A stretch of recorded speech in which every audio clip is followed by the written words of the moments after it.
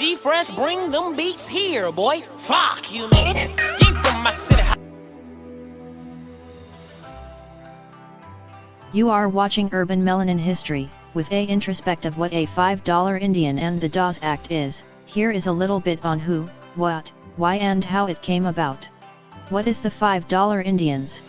The American government conspired to pay white people to become Indians so they could receive free benefits.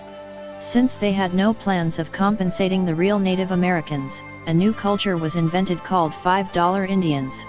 It was also trendy 125 years ago when people paid $5 for falsified documents declaring them native on the Dawes rolls.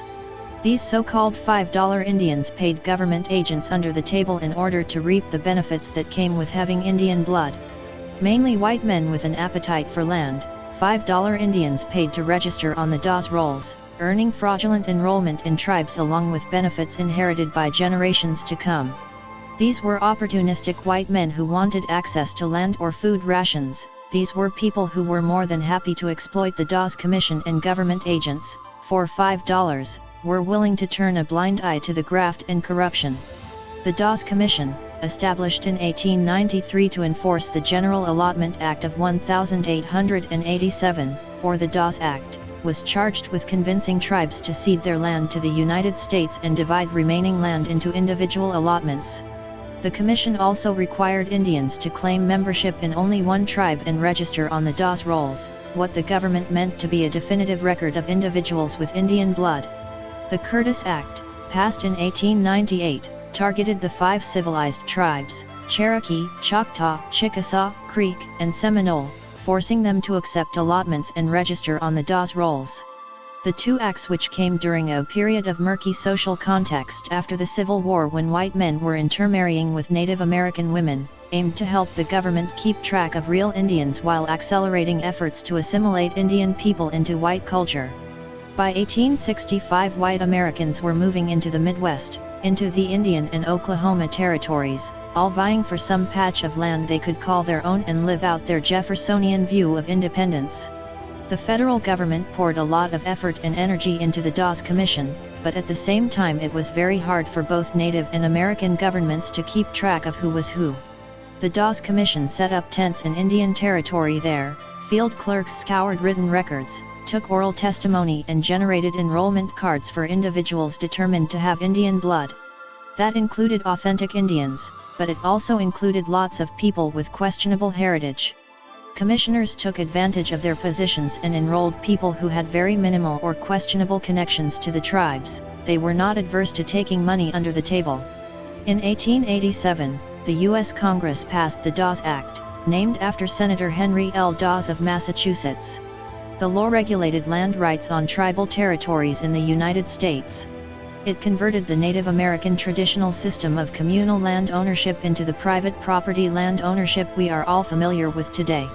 Before it could convert the land into private property, the government had to determine which Native Americans were eligible for property allotments. For this to happen, the U.S. government had to make a criterion of what makes a person Native American and therefore eligible. The U.S. government also had to make an official list of who was Native American. This list became known as the Dawes Rolls. The goal of the law was to protect the property of the Native Americans as well as to force their absorption into the American mainstream. A side goal of the act was to open up the remainder of unused Native American tribal reservation land to white settlers for a tidy profit.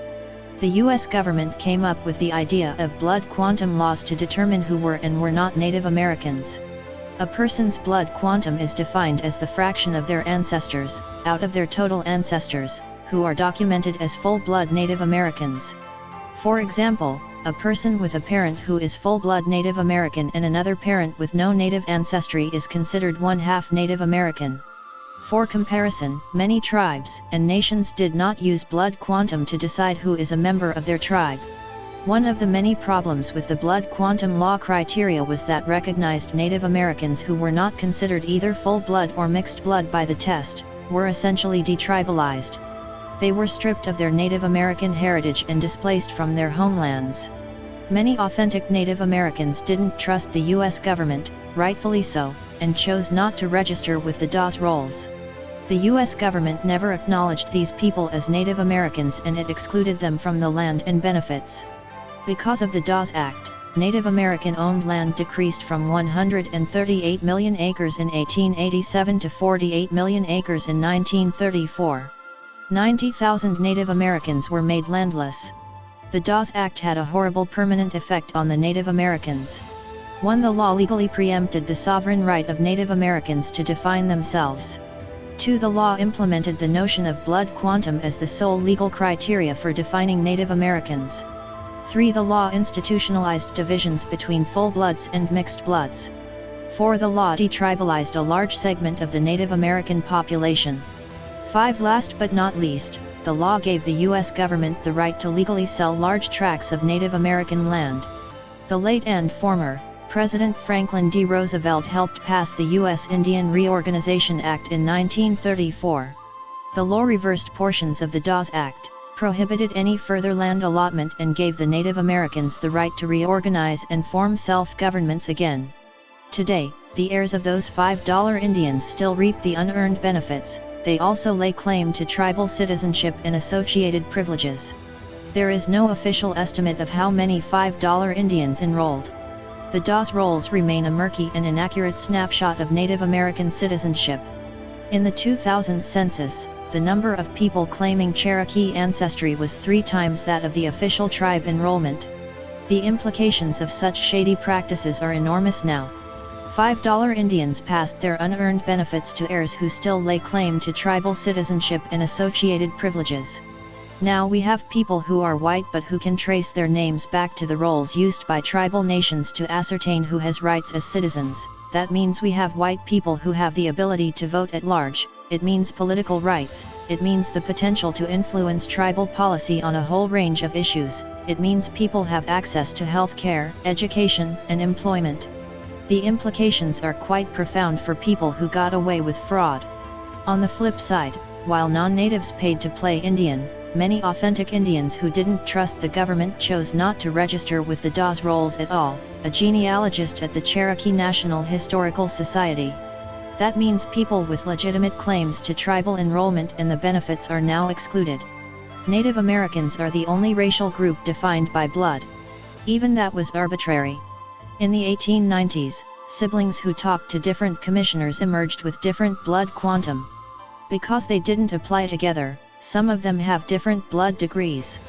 In short, the Dawes rolls forever changed the way the federal government defined Indians and, in many cases, the way Indians still define themselves. That's what happens when the federal government established the rules, not the natives.